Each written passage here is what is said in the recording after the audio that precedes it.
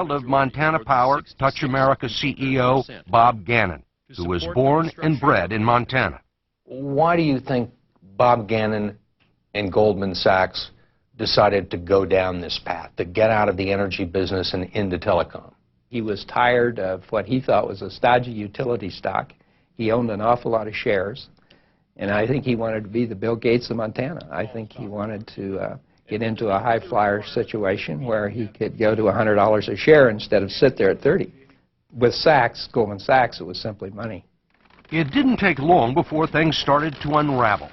No sooner had Montana Power sold its dams and power plants than deregulated electricity prices shot through the roof, and Pennsylvania Power and Light began selling its cheap Montana electricity out of state to the highest bidder. Electricity prices in Montana doubled, then redoubled, then doubled again. Refineries, lumber mills, and the last working copper mine in Butte were forced to suspend operations because they couldn't afford their electricity bills. If we were to continue to run, we were faced with prices that were $150 to $600 a megawatt hour. In other words, 5 to 20 times what we were paying before. Greg Stricker, a manager at the mine, says it cost nearly 350 people their jobs. But that was just the beginning. By getting out of utilities and into telecommunications, Montana Power, Touch America, had bought into the biggest stock market bubble in American history, just before it burst. It turns out there was a lot more fiber optic cable in the ground than there were emails and phone calls to travel on them. And the billions of dollars buried in the ground are now worth pennies on the dollar, just like the stock. It seems counterintuitive, and I will say the word stupid, to sell off the business that you know that is generating an income for thousands of employees and providing a steady rate of return for shareholders for a company that is now worth 53 cents a share. Actually, that was several months ago. The last time we checked, the stock was down to 33 cents. Montana Power Company had 3,000 employees, and now a lot of those are laid off or transferred or working for different companies. It's had a devastating effect on Butte, and many of the retirees are wondering whether their pension benefits are secure. Their savings are certainly not secure, and there's a lot of uncertainty. Rick Tim on top of that other one. Jack Timmer, who worked for Montana Power for 27 years and retired 2 years ago, says he's lost $350,000 in his 401k. Timmer had to hang up his fishing pole and return to work. He now makes minimum wage driving and loading trucks for a tire company.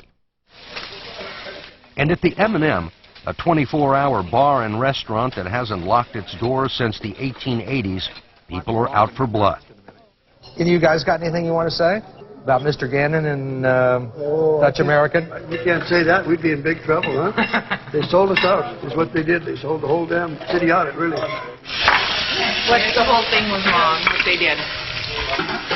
People here are losing money, and they have no retirement now. They have nothing coming in. It's wrong. A company shouldn't be able to do that. I don't think anybody in Butte ever thought we'd never have Montana Power.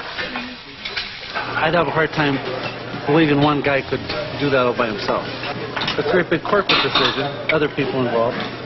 And some of those involved were right here in New York City at the huge Wall Street investment firm of Goldman Sachs.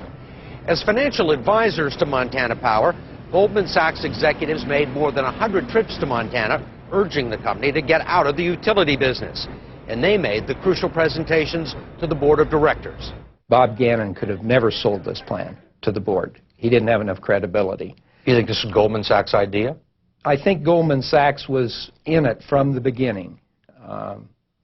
I think they pushed it. They drove the truck, so to speak. Goldman Sachs declined to comment on this story, but according to its contract with Montana Power, Goldman Sachs was to be paid a flat fee as financial advisor. It was also to be paid a transaction fee or commission on every asset that was sold. If Bob Gannon and the board decided that they didn't want to sell any of their assets, then Goldman Sachs didn't get any money. Right. So it was in Goldman Sachs' interest to have them sell off the assets. Absolutely. The evidence is going to show that the weeks would go by and then there would be memos in which Goldman Sachs would just keep pushing. This has to be done now. No better time than now. the market for